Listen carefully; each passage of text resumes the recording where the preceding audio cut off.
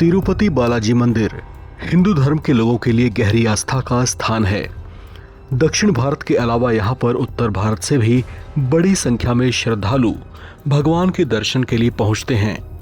यहाँ पर भगवान के दर्शन के बाद इस मंदिर से मिलने वाला प्रसाद भक्तों को खूब भाता है।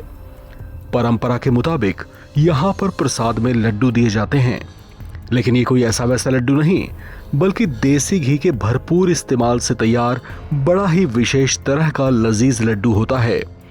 एक तरह से भगवान के दर्शन के बाद इस धार्मिक स्थल पर यह लड्डू, जिसे प्रसादम कहा जाता है, लोगों के खास अट्रैक्शन की वजह है।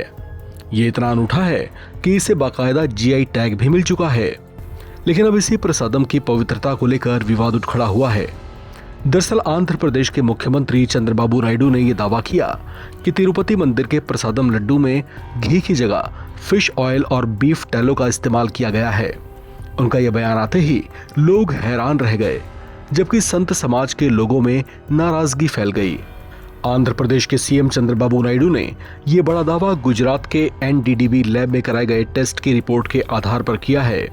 ये टेस्ट 9 जुलाई को कराया गया था, जिसमें गड़बड़ी की बात अब उजागर हुई है, जिसके बाद अब इस पर राजनीतिक बखेड़ा खड़ा हो गया है। सीएम नायडू ने राज्य की पूर्व जगन मोहन रेड्डी सरकार पर आरोप लगाते हुए कहा कि इस सरकार ने हिंदुओं के आस्था के साथ खिलवाड़ किया है।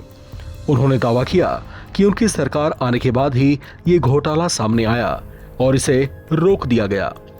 आंध्र प्रदेश के मुख्यमंत्री चंद्रबाबू नायडू ने इस मामले के प्रकाश में आने पर कहा कि उनकी सरकार ने अब कर्नाटक से हाई क्वालिटी वाला घी लाने की व्यवस्था की है, ताकि ऐसी किसी तरह की गड़बड़ी को खत्म किया जा सके।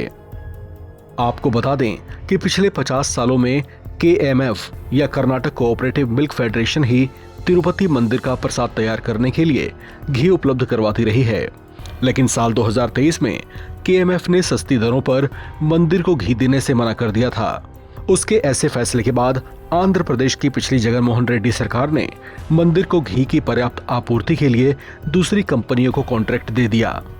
अब ऐसा संदेह जताया जा रहा है कि उन कंपनियों में से ही किसी ने घी में मिलावट कर मंदिर के प्रसादम के लिए भेज दिया होगा। लैब टेस्ट में ये बात सामने आ चुकी है। विवाद खड़ा होने के बाद राज्य की मौजूदा नायडू सरकार ने गड़बड़ी सामने आने पर फिर से केएमएफ को घी आपूर्ति का जिम्मा दे दिया है।